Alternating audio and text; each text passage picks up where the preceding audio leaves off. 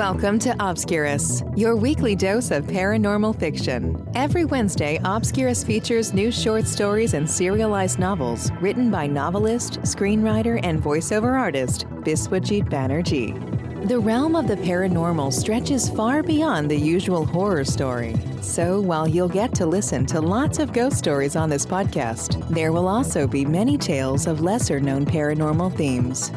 To get us started, here is your host, Biswajit Banerjee.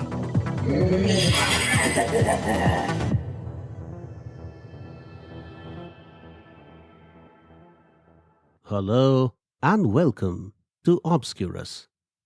I am Biswajit Banerjee, your host for this show. Today's story is a very short one, but I guess it has a strong message. I request you read or listen to the story with an open mind. It is important to make it clear that I don't intend to make a scientific statement with this story or its theme.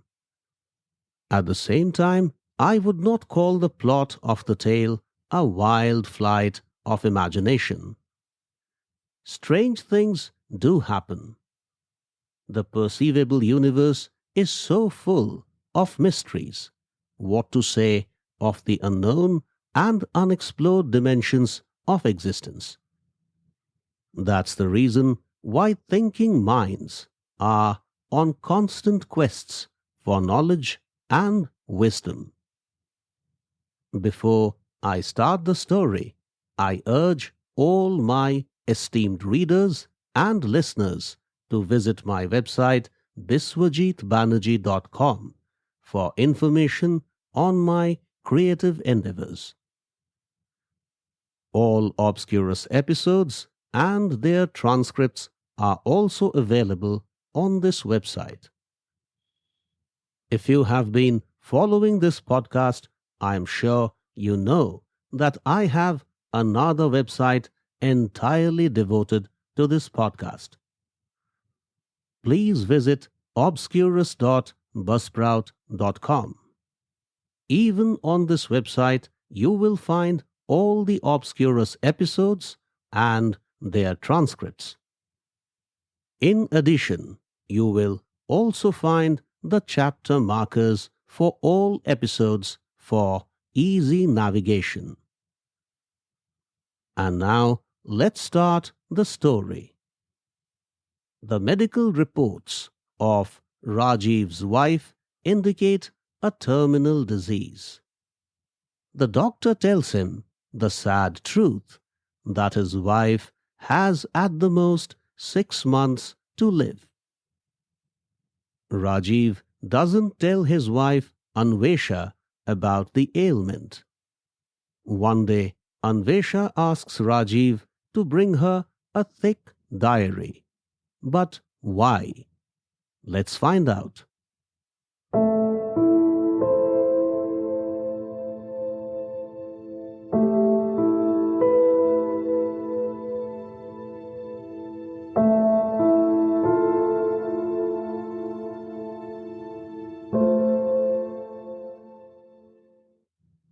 The Diary, written and performed by Biswajit Banerjee.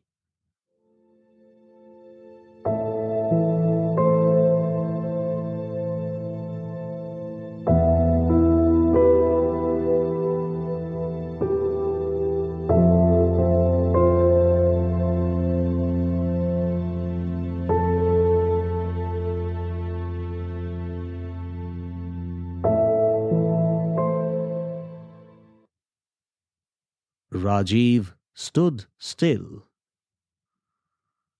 If his tears had not been continuously flowing, he could very well be likened to a statue.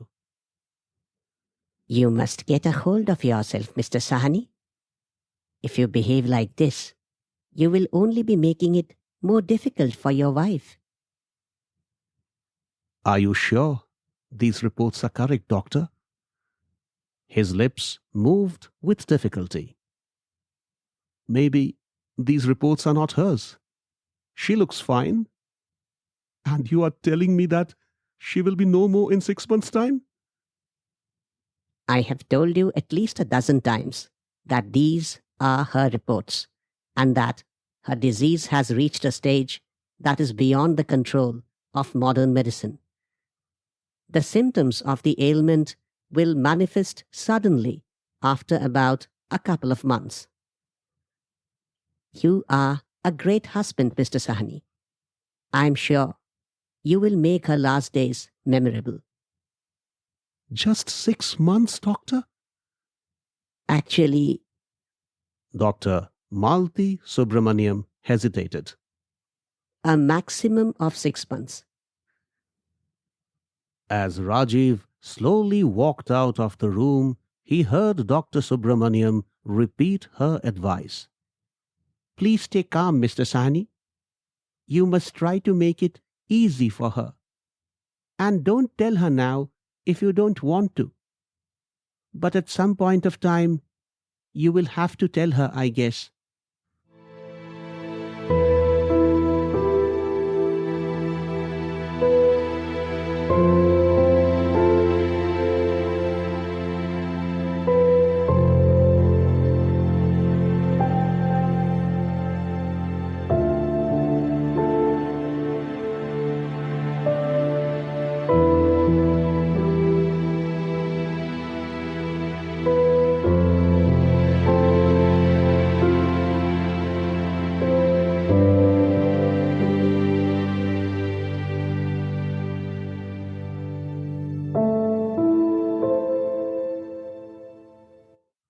Rajiv did put up a brave face and tried everything he could to keep Anwesha happy. And she seemed to enjoy those moments. He made things so special for her that one day she asked with an element of suspicion, Aren't you extra nice to me these days? Is everything fine? I hope there is nothing wrong with the reports. Of course not, my dear. Everything is just fine, Rajiv replied, wrestling with his emotions.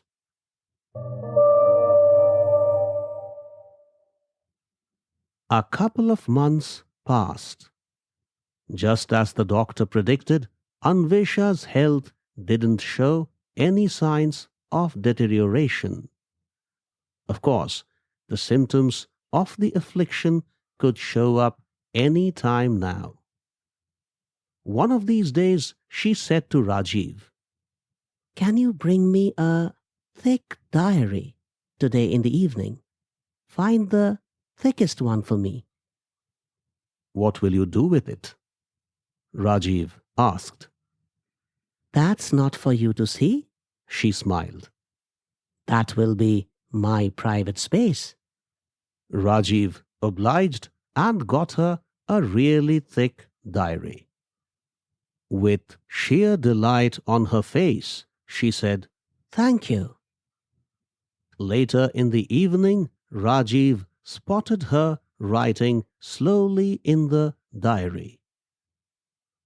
From then on, she would often be busy writing in it.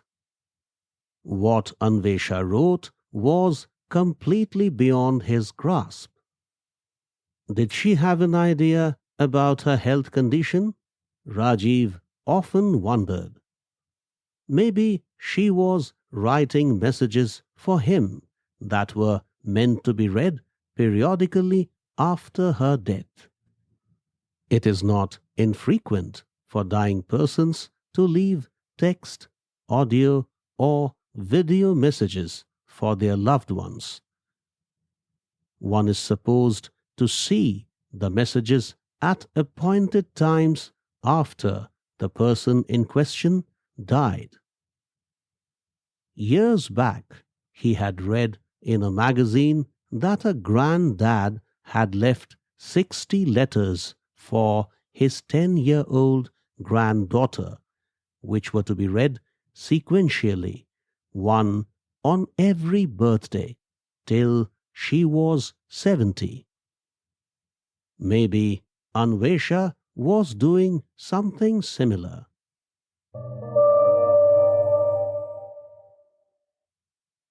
On another occasion, Anwesha said, On this birthday, you will get a special gift. Rajiv's birthday was still 5 months away, and he knew she wouldn't be with him that day.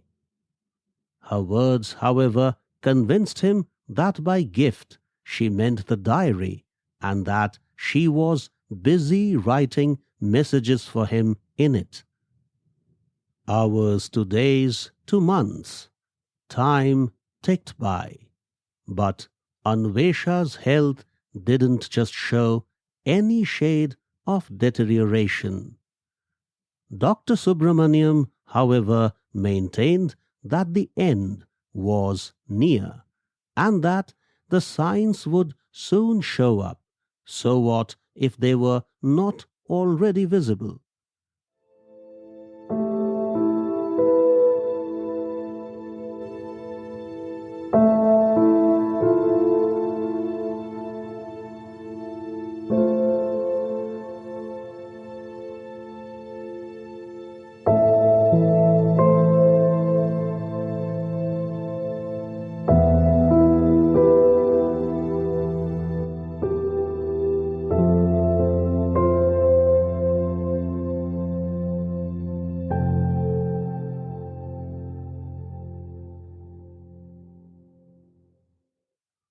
Then came his birthday. At the stroke of midnight, Anwesha wished him. Happy birthday, darling. She smiled vibrantly and, by no stretch of the imagination, looked sick. Around the same time, Rajiv had another person wishing him. It was Dr. Subramaniam on the phone. I will now give you the greatest gift of your birthday, Mr. Sahni. Dr. Subramaniam said. Oh, really? And what's that, doctor? Rajiv responded. I am holding the latest reports of your wife. There's no explanation for this, but she is completely cured. Well, I don't know how to describe it. It is nothing short of a miracle. There is just no sign of the terminal disease in her body. Are you listening to me? She is cured. Indeed, she is perfectly healthy now. A man like you deserves this happiness, Mr. Sahani. That's my gift to you. After she hung up, Anwesha walked over to him with what can be called a divine smile. Do you remember? I told you a special gift awaits you on your birthday. She placed her arms around him. So, you knew, Anwesha? Of course I knew. I knew it all along. But I also knew I could fight my destiny. But Anwesha... Wait a minute, she said and moved away. Shortly, she was back with the diary. Open it. A supernal gleam crossed her eyes. With both tears and a smile on his face, Rajiv opened the diary. What he saw was unbelievable. Line after line, page after page, he found one statement written in capital letters. I am in perfect health. Even if there is a problem, no matter what the doctor says, my body's recouping mechanism will cure it fully. What is this, Anwesha? This is a written suggestion to my own consciousness. All I did was use the power of suggestion to trigger the healing force that lies within me. The apparent hopelessness of my medical condition didn't erode my faith in positive thinking. Indeed, I had a firm conviction that the power of suggestion will triumph. And here I am, standing before you, completely healthy and free of all diseases. What I have achieved shouldn't come as a surprise to you. That's because the power of suggestion really works. Actually, the body is a powerhouse of involuntary mechanisms. It is so powerful that it can rid itself of all problems. One just needs to understand this truth and have firm faith in it. The power of suggestion can trigger the curative measures. A few moments of blissful silence passed before Anwesha spoke again. I love you, Rajiv, and I know how much you love me. And I want to be with you always. And so it shall be. Your love and my conviction have just vanquished death. We will live, I for you, and you for me. Tears of joy rolled down Rajiv's cheeks as he took Anwesha in his arms. Now there was just one feeling they found themselves steeped in: unconditional and endless love. The music of their souls opened the doors of unbound happiness and hope as they kissed.